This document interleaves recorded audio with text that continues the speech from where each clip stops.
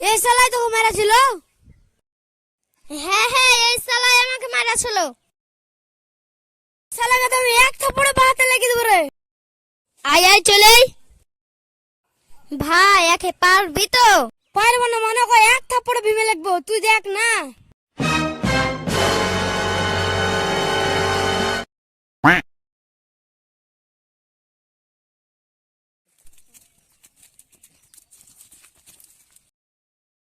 শালা আমাকে সাটাবে, শালার অকাত কত হনি।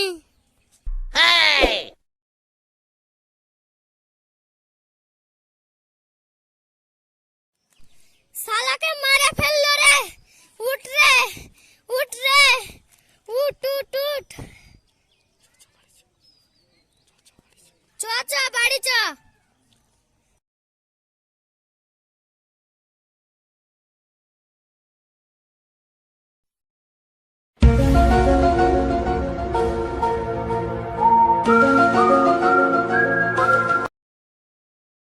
আরে তুই কোনটা গেছিলি রে?